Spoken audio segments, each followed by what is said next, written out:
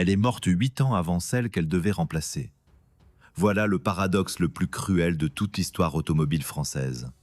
Citroën a dépensé des millions de francs, mobilisé les cerveaux d'une marque prestigieuse et bouleversé ses chaînes de montage pour concevoir une machine dont la mission secrète était d'enterrer la 2 chevaux. Et pourtant, c'est la 2 chevaux, cette vieille bicyclette à moteur montrée 16 ans plus tôt, qui a survécu, qui a triomphé, et qui a fini par jeter la première pelletée de terre sur la tombe de sa propre héritière. Comment une voiture née pour tuer une légende a-t-elle pu être écrasée par cette même légende? Comment le double chevron a-t-il pu échouer à assassiner sa propre créature? C'est l'histoire d'un meurtre planifié qui s'est retourné contre son commanditaire, et elle commence bien avant que le premier croquis de la Diane ne soit posé sur une table à dessin. Pour comprendre ce fiasco magnifique, il faut remonter au tout début des années 60, à une époque où Citroën croyait encore que sa petite 2 chevaux avait fait son temps. Contrairement à ce que raconte la légende, l'arrivée de la Renault 4 en 1961 n'a pas foudroyé la Dodge du jour au lendemain. La petite Citroën tenait bon, écoulant entre 150 000 et 170 000 exemplaires par an, un chiffre qui ferait rêver n'importe quel constructeur d'aujourd'hui. Mais quelque chose se passait, quelque chose de sournois et d'implacable. Année après année, la Renault 4 progressait, battait des records, grignotait du terrain, et à partir de 1964, elle finit par dépasser la Dodge dans les statistiques de vente. Ce n'était plus un accident, c'était une tendance, et dans les couloirs feutrés du quai de Javel, on commençait à transpirer. Dans les hautes sphères de la marque, la Renault 4 était devenue une véritable obsession, ce que les dirigeants appelaient entre eux la bête noire, cet adversaire insaisissable qu'on n'arrivait pas à abattre. Et le raisonnement des grands pontes de Citroën était d'une logique implacable, presque brutale. La 2 chevaux avait été dévoilée 16 ans auparavant, en 1948. 16 ans, une éternité dans l'automobile. Ces messieurs estimaient que cette antiquité avait fait son temps, que l'heure était venue du renouvellement, qu'il fallait absolument une arme neuve pour mettre des bâtons dans les roues de l'insolente Renault. On avait bien tenté de colmater les brèches en proposant des versions plus cossues de la Dodge, comme la ZAM, apparue courant 1963, une 2 chevaux endimanchée avec un peu plus de confort et de finition. Mais rien n'y faisait. La Renault 4 continuait sa marche triomphale, indifférente à ses rustines, et il devenait évident qu'un simple maquillage ne suffirait jamais à endiguer l'hémorragie. Il fallait frapper plus fort, il fallait une vraie riposte. Seulement voilà, entre l'ambition et les moyens, il y a souvent un gouffre, et ce gouffre, Citroën le connaissait bien. Car derrière la façade prestigieuse du constructeur qui venait de révolutionner le monde avec sa somptueuse DS, la réalité financière et industrielle était nettement moins reluisante. Lancer un projet de voiture entièrement nouveau, en partant d'une page blanche, relevait tout simplement de l'impossible en cette année 1964. Les bureaux d'études du double chevron croulaient déjà sous le travail, écartelés entre le restylage permanent de la Reine DS et le fameux projet F, cette voiture moyenne censée remplacer l'Ami 6 et qui allait engloutir des ressources colossales avant de finir, elle aussi, dans les oubliettes de l'histoire.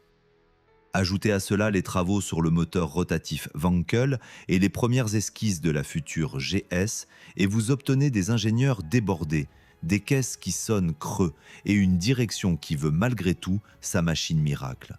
L'équation semblait insoluble. Et comme si le destin s'acharnait, le bureau de style traversait au même moment une tempête personnelle. En 1964, Flaminio Bertoni s'éteignait, emportant avec lui le génie qui avait sculpté la 2 chevaux, la traction et la DS, ces monuments qui avaient fait la gloire de la marque. Son successeur, le talentueux Robert Opron, venait tout juste de prendre les rênes du style et cherchait encore ses marques, submergé lui aussi par la montagne de projets en cours. Bref, tout le monde était à cran, tout le monde était surchargé, et personne au sein de Citroën n'avait ni le temps ni l'argent de dessiner cette tueuse de 2 chevaux que réclamait la direction. Comment sortir d'une impasse pareille? Comment fabriquer du neuf sans argent, sans temps et sans bras disponibles? C'est alors que germa une idée à la fois géniale et profondément ironique, une de ces solutions bricolées dont Citroën avait le secret. Puisqu'on ne pouvait pas repartir de zéro, on allait faire du neuf avec du vieux. L'idée consistait à réaliser, en réalité, un gros restylage de la 2 chevaux, en réutilisant au maximum sa mécanique éprouvée, son châssis, ses trains roulants et surtout ses précieuses chaînes de montage déjà amorties depuis des lustres. On habillerait la vieille structure d'une carrosserie flambant neuve, plus moderne, plus séduisante, et le tour serait joué. Le client n'y verrait que du feu, croyait-on, et l'on tiendrait enfin de quoi affronter la Renault 4 sans se ruiner. Sur le papier, l'idée était brillante. Dans les faits, il portait déjà en lui les germes de son propre échec, car comment voulez-vous tuer une icône en la recopiant? Restait un problème de taille, avec quelle main réaliser ce tour de passe-passe, puisque les équipes maison étaient déjà au bord de l'asphyxie. La réponse allait venir d'un endroit inattendu, presque tragique, et elle scellerait à jamais le destin de notre héroïne. Car Citroën possédait depuis peu une carte maîtresse dans sa manche, une marque tombée dans son escarcelle dont les ateliers désœuvrés n'attendaient qu'une mission pour se remettre à vivre. Une marque fière, une marque d'ingénieur, une marque qui avait connu la gloire et qui s'apprêtait sans le savoir à dessiner l'arme de son propre humiliateur. Ce nom, c'était celui de Panhard, et ce qu'il s'apprêtait à se passer entre ces deux constructeurs allait donner naissance à l'une des ironies les plus savoureuses de l'automobile hexagonale. Pour saisir toute la cruauté de ce qui allait suivre, il faut d'abord comprendre qui était Panhard, car son histoire donne à cette affaire une saveur presque shakespearienne. Nous parlons ici de la plus ancienne marque automobile du monde, la doyenne absolue, celle qui construisait déjà des voitures quand les frères Renault jouaient encore aux billes. Panhard et Levasseur, c'était un nom qui claquait comme un blason, une maison d'ingénieurs orgueilleux, de techniciens raffinés, d'esthètes de la mécanique qui n'avaient jamais fabriqué la moindre voiture populaire de leur existence. Leurs bicylindres à plat refroidis par air étaient des bijoux de complexité. Leur carrosserie aérodynamique défiait les lois de la mode.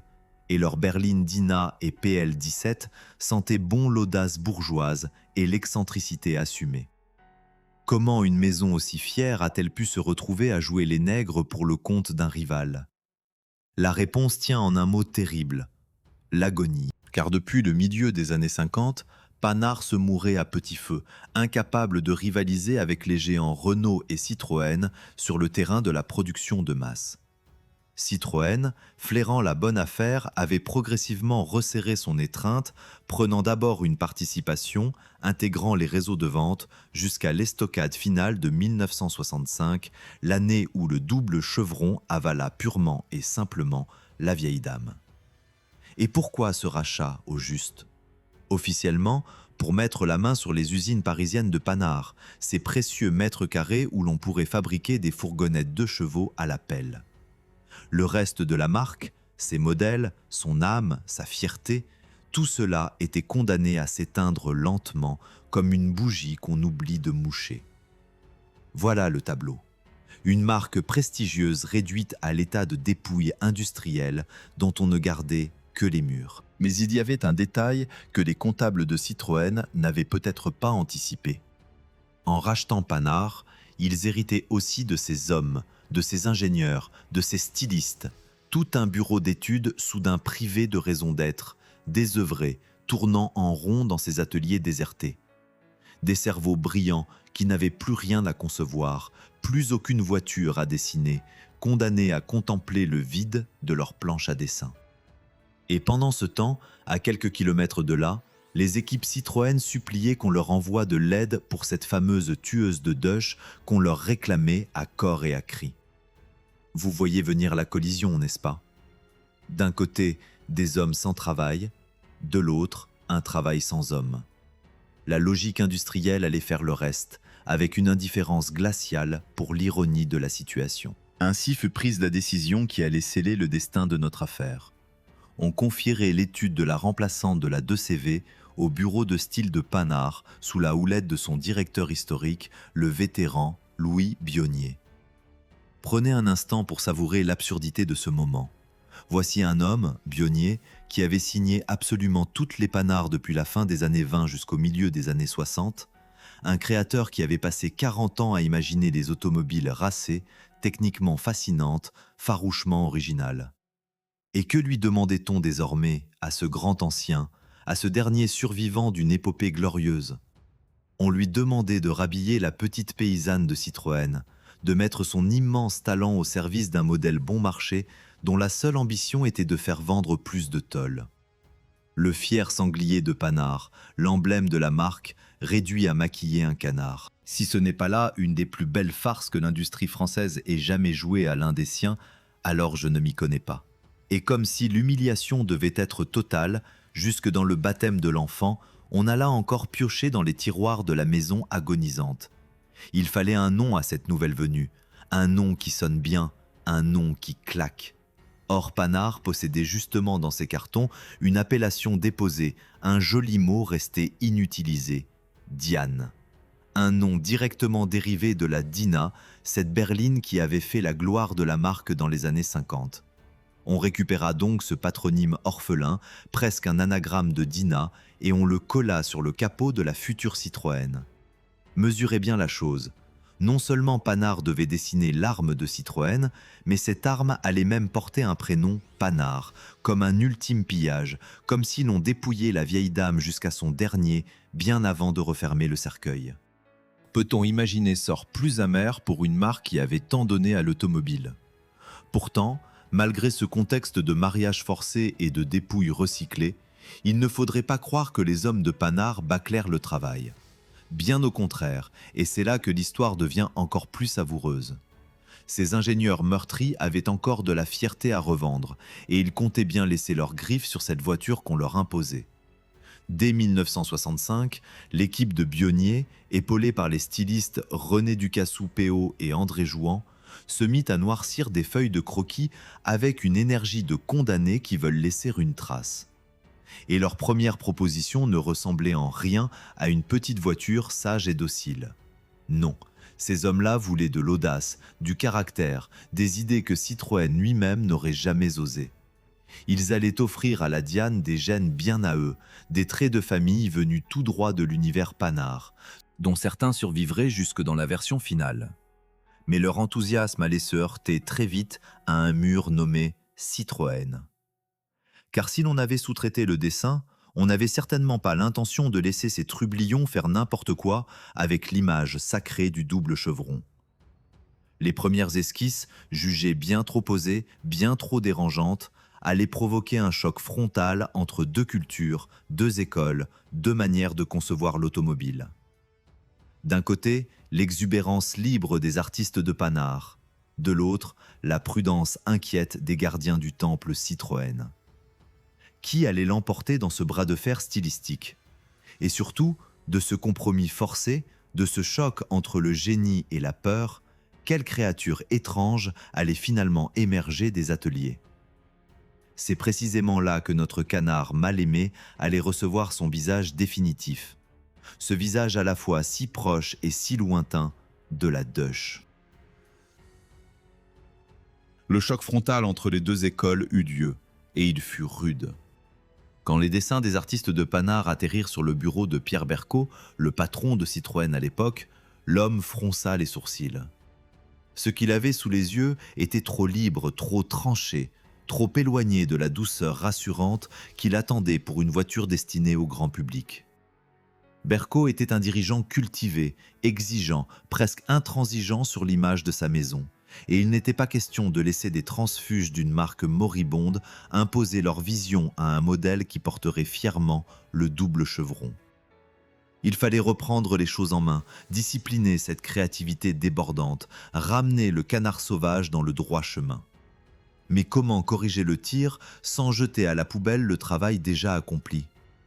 La solution fut un mariage de raison, un attelage improbable entre les rêveurs de Panhard et les gardiens du temple. On adjoignit donc aux stylistes venus de la doyenne deux hommes de la maison mère, chargés de polisser l'ensemble et d'y insuffler ce fameux esprit Citroën qu'on craignait tant de voir se diluer.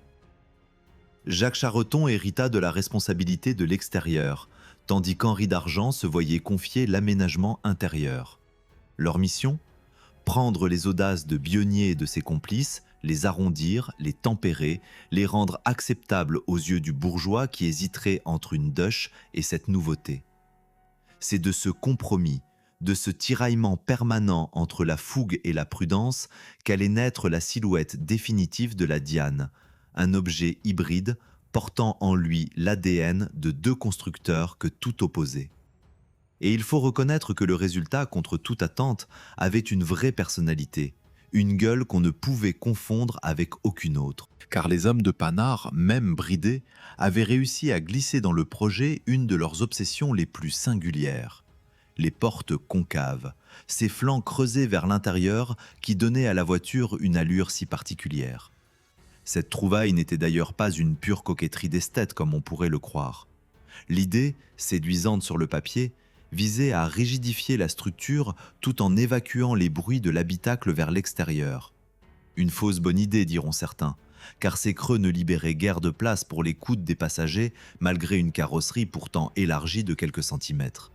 Mais qu'importe le pragmatisme, ces portes en creux, c'était la signature discrète de Panard, la patte des vaincus survivants dans les tôles du vainqueur, et rien que pour cela, elle mérite qu'on s'y attarde, avec une pointe de tendresse. Là où la Diane allait vraiment se démarquer de son aîné, cependant, ce n'était pas dans ses raffinements, mais dans un choix bien plus lourd de conséquences, presque une trahison des habitudes maison.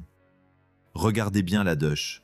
Pour accéder à son coffre, il fallait soulever une malle arrière, un geste banal hérité d'un autre âge. La Diane, elle, allait oser le haillon, ce grand couvercle basculant qui englobait la lunette arrière et transformait la petite berline en véritable break de poche. Or, chez Citroën, le haillon était longtemps resté un objet de mépris, une solution qu'on réservait dédaigneusement aux véhicules utilitaires, aux fourgonnettes de livraison, indignes d'une automobile de tourisme qui se respecte. Pourquoi alors ce revirement soudain ? La réponse tient en deux mots que nous connaissons déjà bien. Renault 4.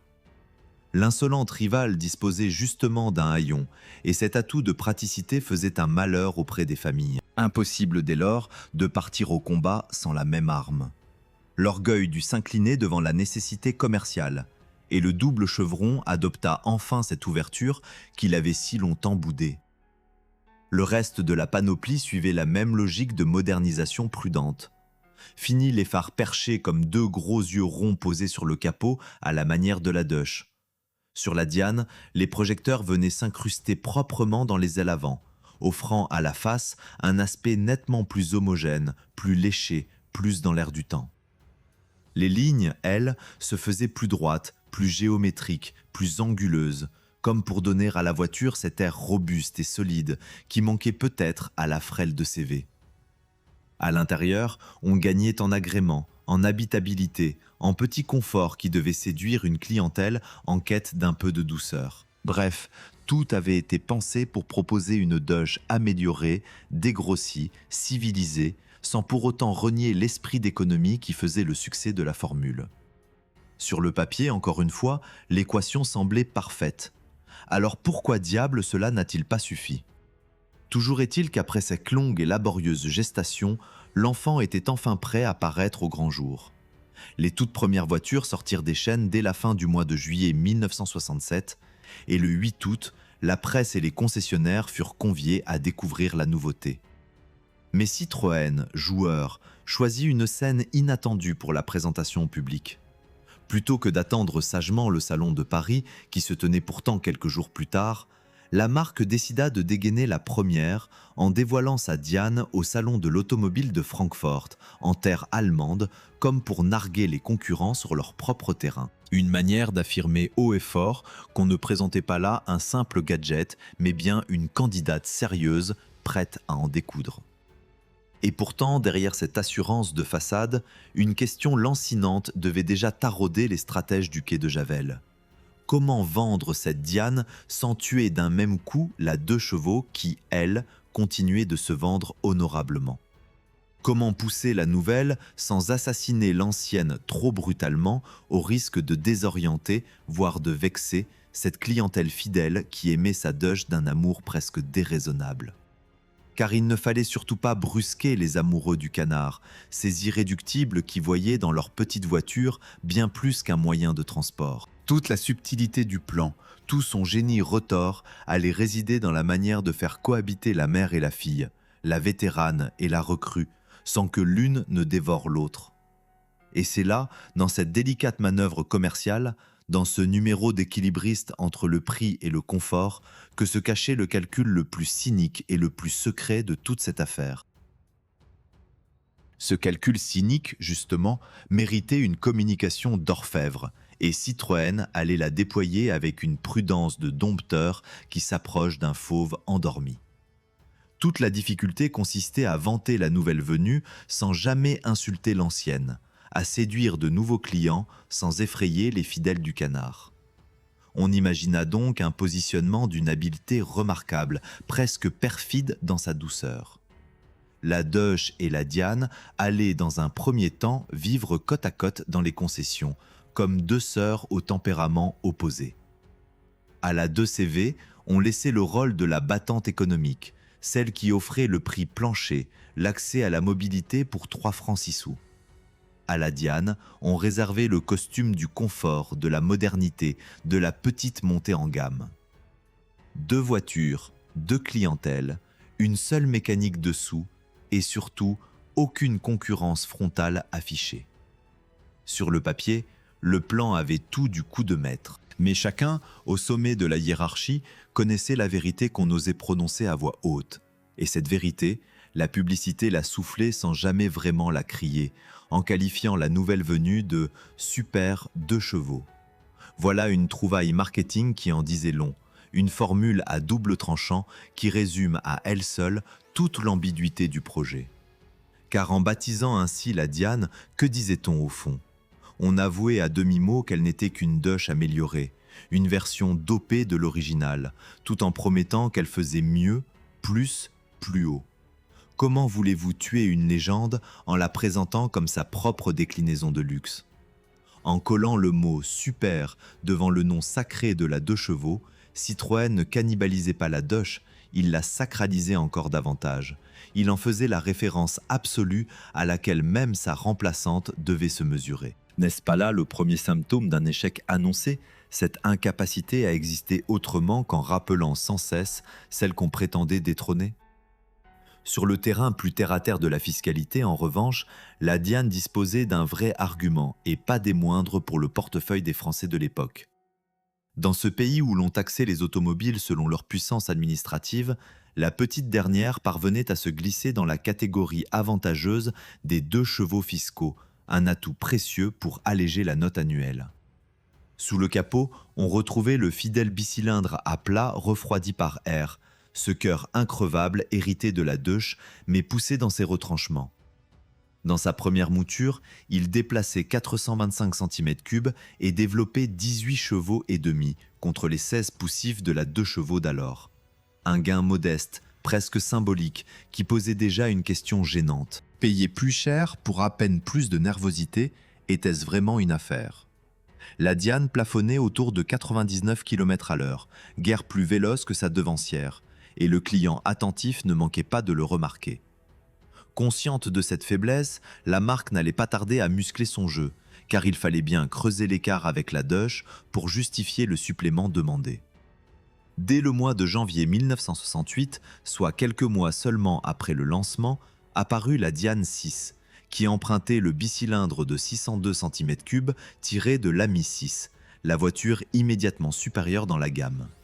D'un coup, la petite gagnait en allonge, passait dans la catégorie des 3 chevaux fiscaux et devenait enfin une auto capable de tenir la route sur les nationales sans faire hurler son moteur. Cette même année vit d'ailleurs toute la gamme se réorganiser autour de 2 propositions bien distinctes. La Diane 4 reprenait un petit moteur de 435 cm3 pour 24 chevaux, tandis que la Diane 6 s'affirmait avec ses 602 cm3 délivrant 28 chevaux et demi. Enfin, la voiture avait de quoi respirer, de quoi séduire ceux qui trouvaient la Deuche trop poussive. Derrière toute cette agitation mécanique et commerciale, il y avait un plan, un vrai, mais un plan qu'on gardait soigneusement enfoui dans les tiroirs de la direction. L'espoir secret, l'ambition inavouable, c'était que la Diane, si elle rencontrait le succès, finisse par remplacer purement et simplement la 2CVV, par la pousser tout doucement vers la sortie, sans heurts, sans drame, sans que personne ne s'en aperçoive vraiment. On ne le disait pas ouvertement, jamais, car l'aveu aurait été suicidaire face à une clientèle aussi attachée à son canard. Mais dans les esprits des stratèges, la messe était dite. La doge devait s'effacer à moyen terme, et la Diane hériterait du trône populaire. Le crime parfait en somme, un assassinat en douceur étalé sur plusieurs années, sans coup de feu ni cri, juste une lente substitution qui ne disait pas son nom. Seulement voilà, les meilleurs plans du monde se heurtent parfois à quelque chose d'imprévisible, d'irrationnel, d'impossible à mettre en équation dans un bureau d'études, le cœur des gens. Et sur ce terrain-là, tout le raisonnement si logique de Citroën allait se fracasser lamentablement. Car les Français, en découvrant cette Diane certes plus pratique, certes plus moderne, certes mieux finie, ne furent tout simplement pas emballés. Ils regardaient cette nouveauté avec une politesse distante, un intérêt tiède, sans jamais ressentir ce frisson d'affection qu'ils vouaient à la doge. Comment expliquer une pareille froideur? La voiture était objectivement meilleure sur presque tous les points. Plus confortable, plus commode avec son haillon, mieux motorisée dans sa version 6. Et pourtant, quelque chose ne prenait pas. Une alchimie mystérieuse refusait de s'opérer entre le public et cette héritière trop calculée. Peut-être le client sentait-il confusément qu'on cherchait à lui vendre une copie améliorée plutôt qu'une vraie révélation. Peut-être devinait-il, derrière les arguments rationnels, l'absence de cette âme, de cette poésie brute qui faisait de la 2 chevaux bien plus qu'un assemblage de tôles et de boulons. Comment aimer une machine conçue par calcul quand on avait donné son cœur à une machine née d'une utopie généreuse? La Diane avait tout pour plaire et ne plaisait qu'à moitié, coincée dans une position bâtarde dont elle ne parvenait pas à s'extraire. Trop chère pour ceux qui voudaient d'économie pure de la doge, trop modeste pour ceux qui lorgnaient déjà vers plus grand, elle allait se retrouver prise en tenaille, écartelée au milieu d'une gamme qui, paradoxalement, l'étouffait de tous côtés. Et c'est dans cet étau impitoyable que se jouerait le dénouement le plus ironique de toute cette tragédie automobile. Cet étau impitoyable, il faut prendre le temps d'en décrire les mâchoires, car c'est là que se noue le dénouement. Par en dessous, la doge montait toujours la garde, imbattable sur le terrain du prix, refuge de tous ceux qui voulaient rouler pour presque rien. Impossible de la déloger de ce créneau, elle y régnait en souveraine incontestée du portefeuille modeste. Par au-dessus, la pression n'était pas moindre, bien au contraire. La Mi 6, puis la Mi 8, tendaient les bras à ceux qui rêvaient d'un peu plus d'espace et de prestance, et bientôt viendrait la GS, cette berline moderne et racée qui allait rafler tous les suffrages de la clientèle en quête de standing. La pauvre Diane se retrouvait donc écrasée au centre, sans territoire bien à elle, condamnée à quémander des clients que ses voisines de gamme lui soufflaient sans ménagement.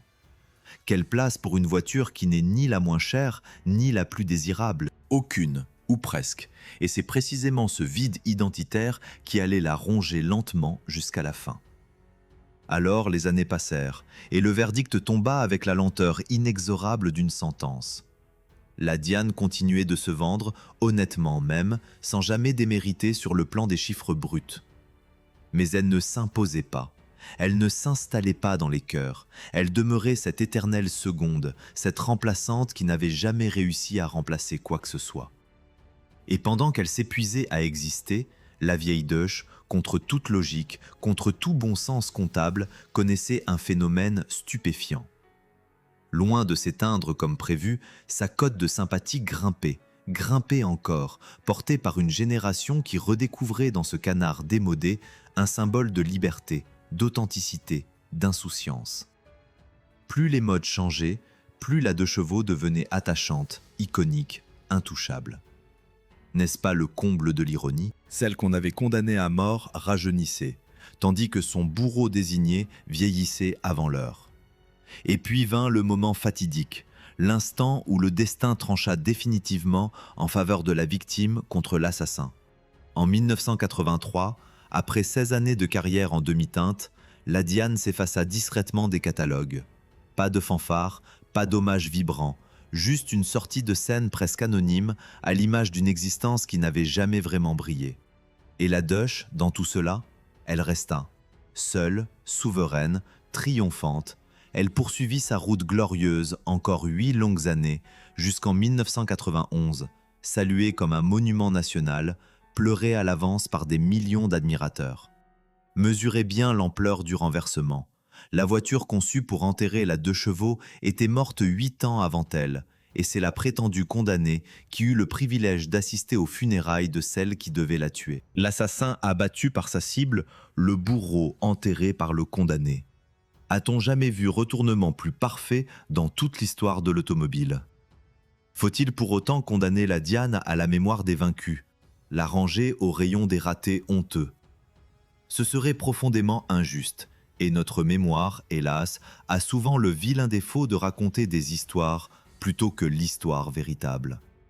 Car si l'on regarde froidement les faits, la Diane fut fabriquée à près d'1 444 000 exemplaires, auxquels il faut ajouter les fourgonnettes Acadian qui en dérivaient directement, pour un total qui frôle le 1 700 000 unités. Voilà des chiffres qui n'ont absolument rien de ridicule, des chiffres qui feraient passer bien des modèles pour de véritables succès populaires. Alors, où est l'échec au juste? Il n'est pas dans les ventes, non. Il est ailleurs, dans ce domaine impalpable et cruel qu'est l'amour du public. La Diane a gagné la bataille des statistiques et perdu la guerre des sentiments. Et c'est cette défaite-là, invisible dans les bilans comptables, qui a scellé sa réputation de mal-aimé. Mais la plus belle, ou plutôt la plus douloureuse des ironies de cette affaire, il faut aller la chercher du côté de ceux qui avaient dessiné notre canard contrarié. Souvenez-vous de Panard, cette maison fière et brillante qu'on avait réduite à rhabiller la voiture d'un rival. Eh bien, le sort lui réserva l'ultime humiliation. En cette même année 1967, où la Diane fut dévoilée au monde, la marque Panard cessa purement et simplement de produire des voitures particulières pour se replier sur les seuls véhicules militaires. Réalisez-vous ce que cela signifie. La toute dernière automobile de tourisme sur laquelle planchèrent les stylistes de la doyenne, l'ultime œuvre de ces ingénieurs de génie, ne fut même pas une Panard. Ce fut une Citroën, une arme forgée pour un autre, et qui plus est, une arme défaillante, incapable d'abattre la cible qu'on lui avait désignée. Peut-on rêver épitaphe plus amère pour une marque de cette envergure, s'éteindre en signant le chant du cygne d'un concurrent? Alors, que retenir de toute cette rocambolesque aventure, de ce meurtre planifié qui s'est retourné contre tout le monde? Une leçon peut-être que les stratèges du quai de Javel auraient dû méditer avant de se lancer? On ne tue pas une légende avec une calculatrice et une planche à dessin. La 2 chevaux n'était pas qu'une voiture, elle était devenue un mythe, une part de l'âme française, un objet de tendresse qu'aucun restylage, aussi malin fût-il, ne pouvait remplacer dans les cœurs. Citroën croyait fabriquer une remplaçante, il n'avait fabriqué qu'une preuve supplémentaire de l'immortalité de la Deutsch. Et même le talent immense des derniers hommes de Panard, ces artistes du crayon, ne suffit pas à insuffler une âme à une machine née d'un froid calcul comptable. Car voilà l'ultime vérité de cette histoire. Le génie technique peut tout copier, tout améliorer, tout perfectionner, sauf l'amour. Et l'amour, lui, ne se décrète pas dans les conseils d'administration. Si cette histoire vous a plu, si vous avez souri devant ce destin cocasse et cruel, n'hésitez pas à laisser un pouce bleu pour soutenir la chaîne. Dites-moi en commentaire ce que vous inspire cette Diane mal-aimée. La trouvez-vous injustement méprisée? Ou bien méritait-elle vraiment de s'effacer devant sa légendaire aînée? Et surtout, abonnez-vous pour ne rien manquer des prochaines histoires, car l'automobile française regorge encore de ces drames oubliés qui n'attendent qu'à être racontés. À très bientôt et prenez bien soin de vos anciennes.